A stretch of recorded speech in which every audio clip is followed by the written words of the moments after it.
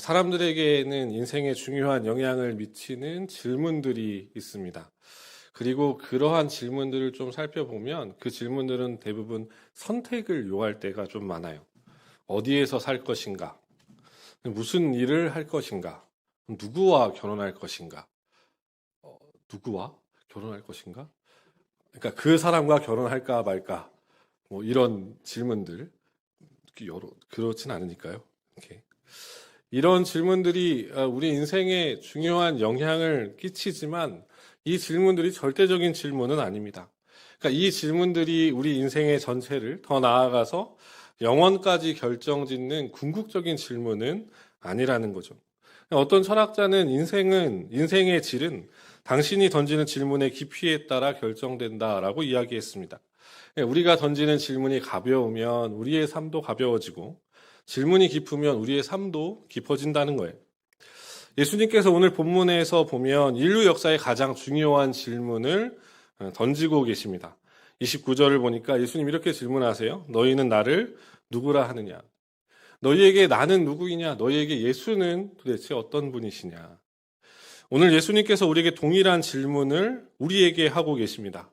너희는 나를 누구라고 하겠느냐? 너는 나를 누구라고 말하겠느냐?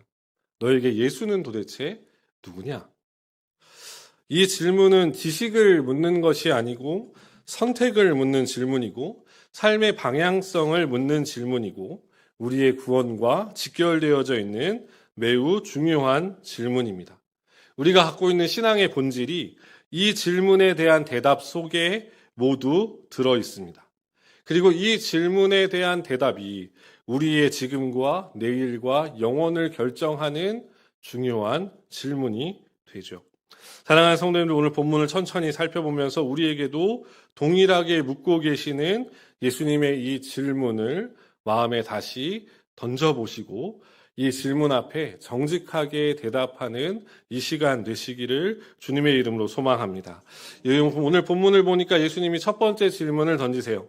본문 27절을 보면 예수와 제자들이 빌립보 가이사랴 여러 마을로 나가실새 길에서 제자들에게 물어 이르시되 사람들이 나를 누구라고 하느냐라고 예수님 먼저 물으십니다.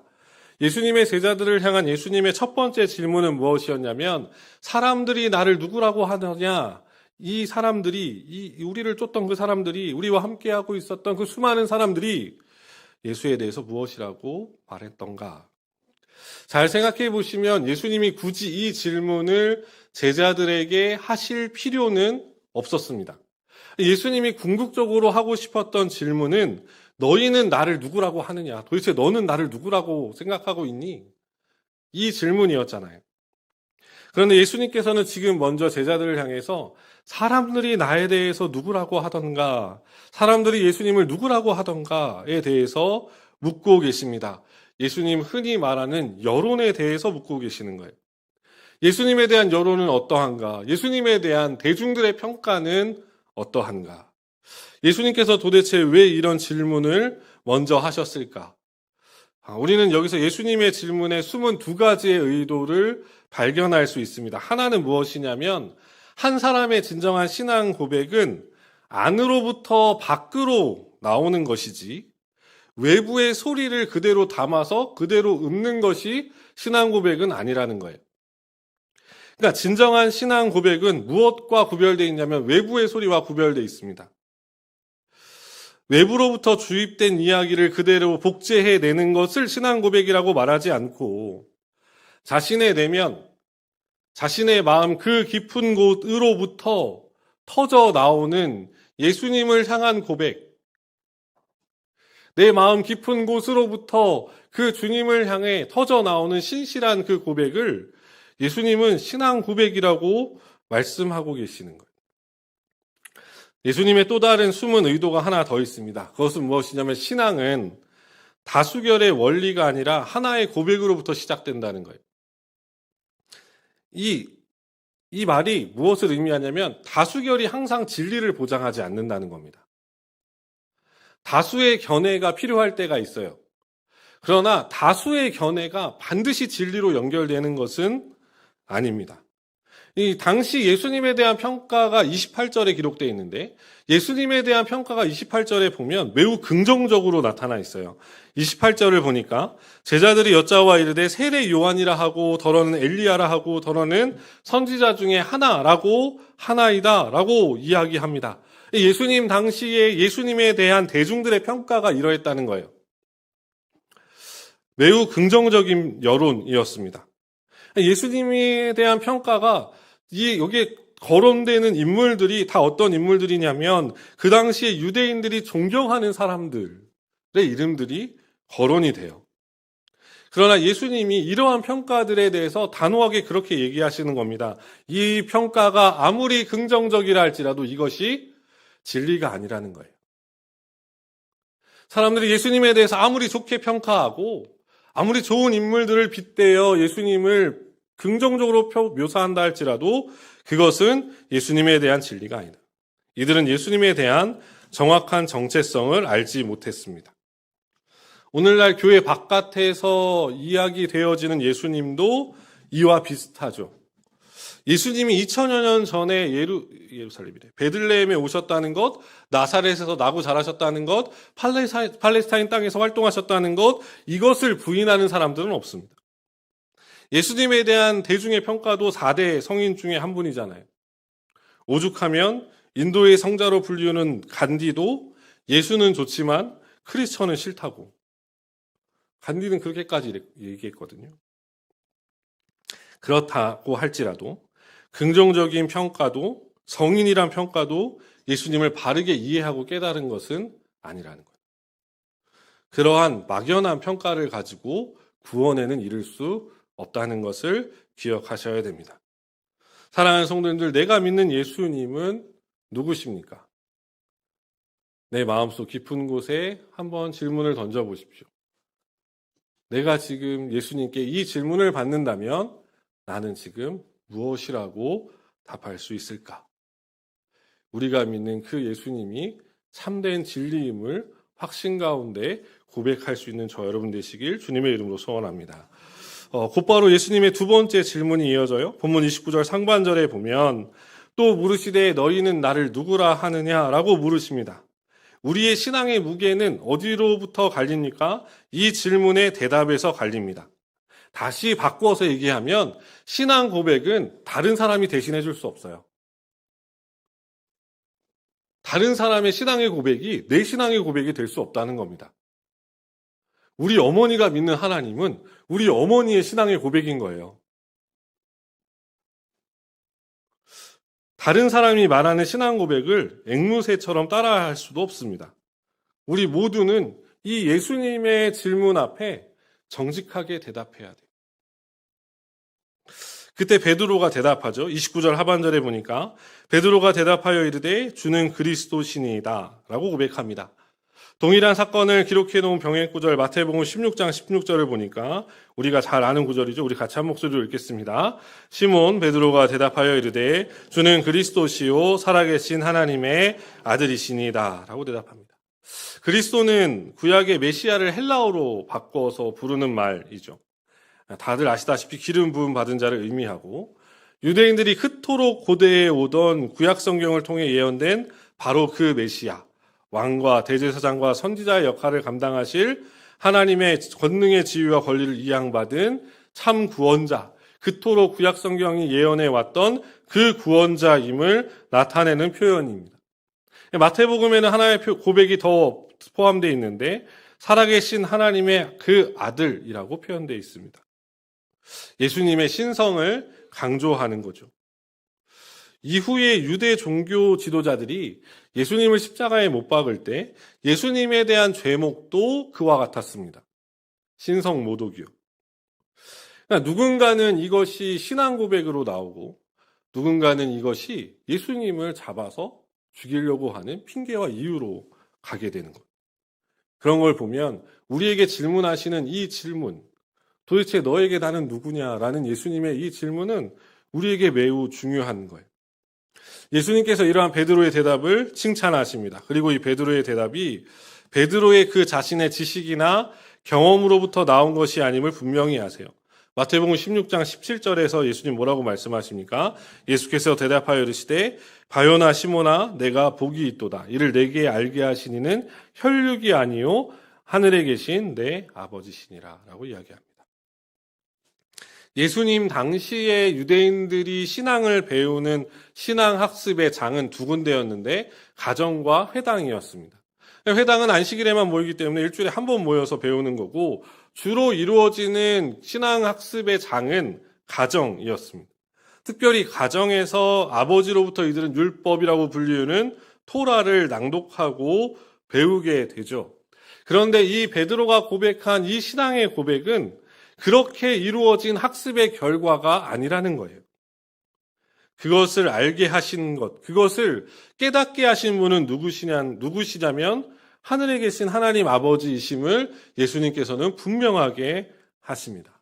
그러니까 이것을 거꾸로 이야기하면 우리에게 있는 이 신앙의 고백도 마찬가지일 겁니다. 우리에게 있는 이 신앙의 고백은 우리의 경험이나 우리의 지식의 결과물이 아닙니다. 우리에게 있는 이 신앙의 고백은 누구의 은혜냐면 하나님의 은혜예요. 우리에게 예수님에 대한 분명한 신앙의 고백이 있고 예수님을 믿음의 눈으로 바로 보고 계시다면 우리가 제일 먼저 해야 될 일은 하나님께 감사하는 겁니다. 그것을 깨닫고 알게 하신 이는 하늘에 계신 우리 아버지시기 때문에 그래요. 제 이야기를 오해하시면 안 됩니다. 성경 공부가 필요 없고 성경 읽을 필요도 없고 공과 공부가 필요 없다는 이야기가 아닙니다. 배워야 돼요.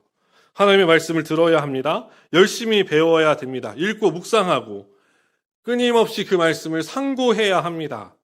그러나 주님께서 기대하시는 신앙의 고백이란 학습된 구절을 그냥 외워서 써내는 지식적 차원의 고백이 아니라 전인격적으로 하나님이 계시하신 진리를 고백하고 그 신앙의 경험의 토대 위에 서서 우리가 가지고 있는 진정한 신앙의 고백을 하나님께 올려드리는 거예요. 사랑하는 성도님들, 주님을 향한 우리의 고백을 다시 점검해보고 확인해보는 시간이 되셨으면 좋겠습니다. 저처럼 모태신앙으로 자라신 분들, 저처럼 엄마 뱃속부터 교회를 다녔고 태어나 보니 교회에 있었고 자라다 보니 교회였고 나도 모르는 사이에 사도신경과 신앙 고백을 외우고 있고 십계명을 외우고 있고 학습된 결과를 나의 신앙 고백이라고 생각하시면 안 됩니다. 학습된 내용이 있는 것과 그것을 신뢰하고 전인격적으로 기대어 서서 그것을 붙들고 살아가는 삶은 다른 거예요. 교회 안에서 뿐만 아니라 우리의 가정에서, 직장에서, 그리고 때로는 고난과 어려움 가운데서 주님을 향한 나의 신앙의 고백은 무엇인지 한번 우리 자신을 겸손히 되돌아보는 이 시간이 되셨으면 좋겠습니다. 마지막 세 번째인데 오늘 본문에서 우리는 참된 신앙의 고백이 무엇이라고 생각하셔야 되냐면 출발점이라고 생각하셔야 돼요. 그러니까 우리는 어떤 습관이 있냐면 이 참된 신앙의 고백을 하면 신앙의 마침표를 찍으려고 하는 경우들이 종종 있습니다. 다 이루었다. 다 되었다. 너에게 그런 신앙의 고백이 있으니, 그런 믿음의 고백이 있으니 되었다. 아닙니다. 그게 출발점이에요. 출발점. 그게 출발점이에요.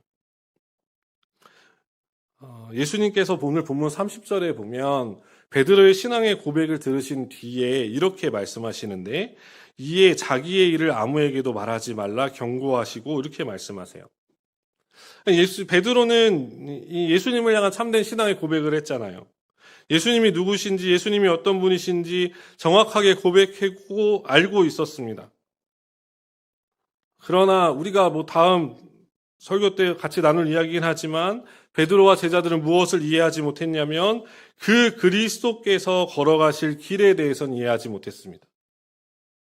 메시아를 깨닫고 메시아의 정체성을 밝히 보는 데까지는 그들이 신앙의 고백을 했어요. 그런데 그분이 앞으로 걸어가실 길에 대해서는 여전히 이해하지 못했던 거죠. 그래서 예수님께서는 제자들의 신앙 고백 이후에 계속해서 당신의 십자가와 고난과 죽음과 부활에 대해서 가르치십니다.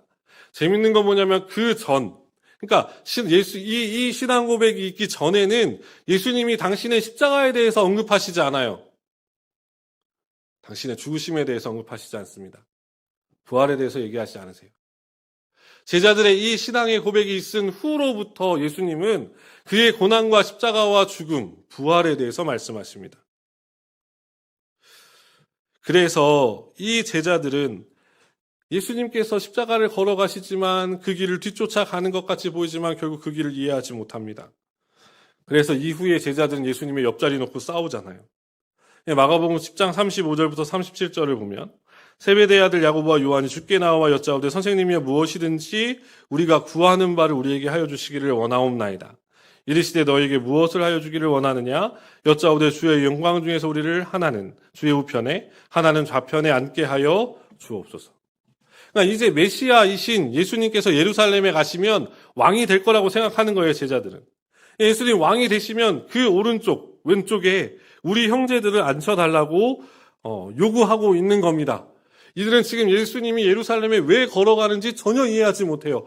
예수님이 메시아라는 건 알았어요. 구약이 말하는 그 왕이라는 건 알고 있었어요. 그런데 그 왕이 걸어가실 길, 그 왕의 십자가에 대해서는 전혀 무지했습니다. 놀라운 것은 이들이 예수님께 이렇게 요구할 때까지 예수님은 적어도 3번 이상 당신의 고난과 십자가와 죽음과 부활을 제자들에게 가르치셨습니다. 그러니까 예수님께서 바라시는 신앙 고백은 단순히 정답 맞히기가 아니라는 거예요. 주는 그리스도이십니다. 라고 고백하면서 저는 제 삶의 주인이 되겠습니다. 라고 사는 것은 아니라는 거예요. 그 신앙을 고백했다면 그 신앙의 고백을 살아내는 거예요. 그 신앙의 고백을 출발점 삼아서 그 신앙의 고백대로 살아내는 거예요. 예수님을 향한 그 신앙의 고백을 무엇으로 증명하냐? 우리의 삶의 변화로 증명해 가는 거예요. 신앙의 고백 중요합니다. 고백 자체도 중요하지만 그 고백을 출발점 삼아 그 고백의 삶을 살아가는 것. 예수님 그것을 참된 신앙의 고백이라고 우리에게 가르치고 계시다는 것. 어떤 학생이 시험에서 신앙이란 무엇인가? 라는 질문에 성경적인 답을 정확하게 적었어요. 그러자 선생님께서 그 학생에게 조용히 물었습니다. 정답은 알고 있구나. 그런데 너는 그 답을 믿고 있니? 우리는 신념대로 살아갑니다. 우리는 믿는 대로 살아가요. 우리가 살아가고 있는 삶의 현장 속에서 우리가 무엇을 믿고 있는지는 뚜렷하게 드러납니다. 사랑하는 성도님들, 예수님께서 우리에게 바라시는 것 정답 아니라 고백입니다. 지식이 아니라 살아내는 것입니다.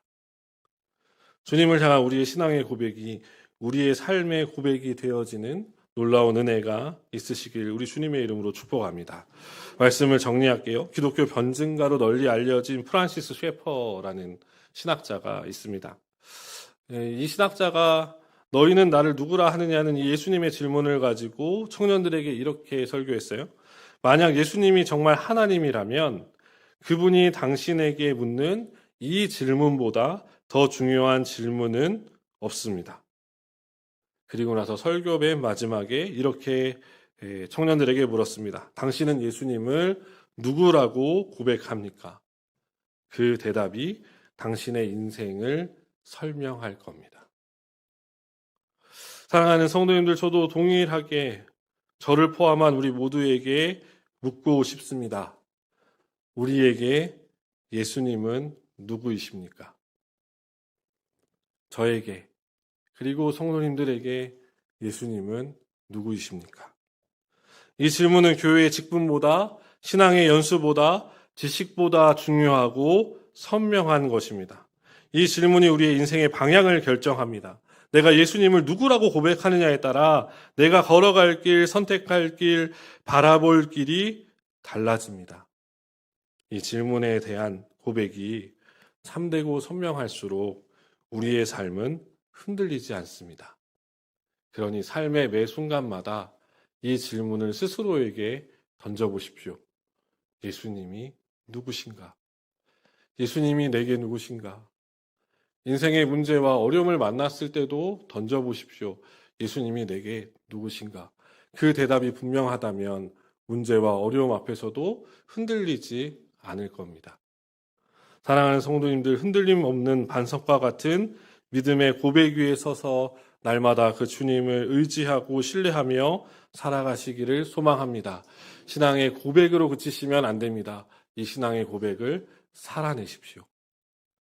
우리의 매일의 삶 속에서 우리가 주님을 향한 이 신실한 고백을 가지고 우리의 삶 속에서 이 신앙을 살아낼 때 우리의 모습이 어제보다 오늘보다 내일 더 주님 닮아가는 아름다운 모습으로 변화되어질 줄 믿습니다. 그렇게 작은 예수로 이 한 주 살아가는 저 여러분 되시길 우리 주님의 이름으로 축원합니다.